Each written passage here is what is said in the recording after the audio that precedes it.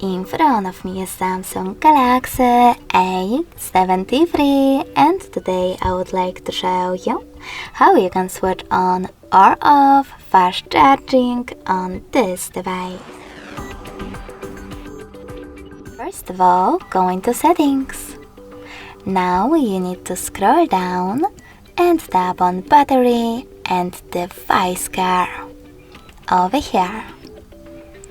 Then tap on the battery section, scroll all the way down and choose more battery settings.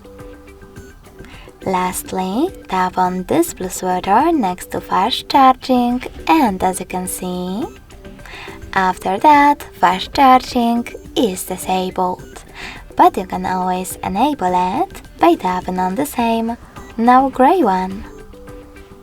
Thanks so much for watching. If you enjoyed this video, smash that like button, comment and subscribe. Bye!